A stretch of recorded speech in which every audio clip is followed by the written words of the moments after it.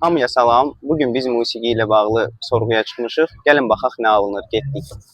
Salam. Salam. Biz sorğu çəkirik musiqi barəsində. Nə gözəl. Ən sevdiyiniz musiqini deyə bilərsiniz, zəhmət olmasa. Yəni janr olaraq deyirsiniz. Janr yox, ayrı bir musiqi. Janrı da deyə bilərsiniz. Yəni Azərbaycan musiqisindən başqa. Mahnı, aha. Azərbaycan musiqisindən başqa belə deyək də, yox, yenə də gəlir ki, janr üslubuna da. Yəni bütün musiqiləri sevirəm təbii ki, amma janr üslubuna gəldikdə isə mən klassik musiqilərə ən çox üstünlük verirəm, klassik. Yəni belə deyək də, klassik vokal musiqiləri, klassik estrada musiqiləri. Təbii ki, mən muğam ifaçısıyam da, bilirsiniz, mən muğam daşıyıcısı sayılıram.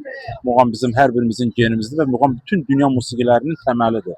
Bu öz yerində qalmaq şərti ilə, amma sevdiyim musiqi klassik estrada, klassik vokal ifaçılığı, klassik musiqiləri. Bəs ayrı bir mahnını seçsək hansısa?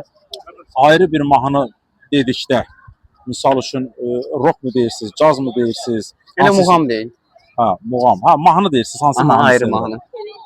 Xüsusi bir tək mahnı deyəndə, mahnı deyəndə ən çox mənim belə deyək də vurğunu olduğum mahnı Sarı Gəlindir, Sarı Gəlin.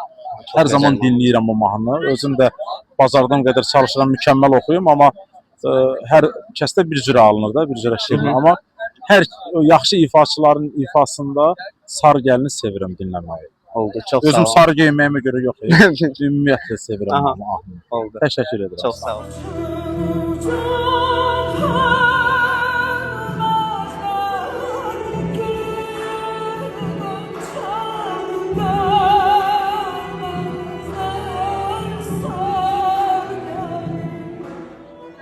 Salam xanım. Biz musiqi sorğusu keçiririk. Ən sevdiyiniz mahnını deyə bilərsiniz? Xalq mahnılarımızı xoşlayıram. Xalq mahnısı. Oldu, çox sağ olun. Dağların başı, amanın qışda qar olar.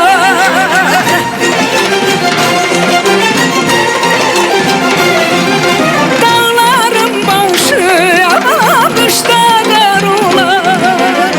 Salam. Biz sorğu keçiririk. Ən sevdiyiniz musiqini deyə bilərsiniz? Bəli. Qarabağ şikəstəsi. Oldu, çox sağ olun. Buyurun. Qarabağın şikəstəsi sevirəm.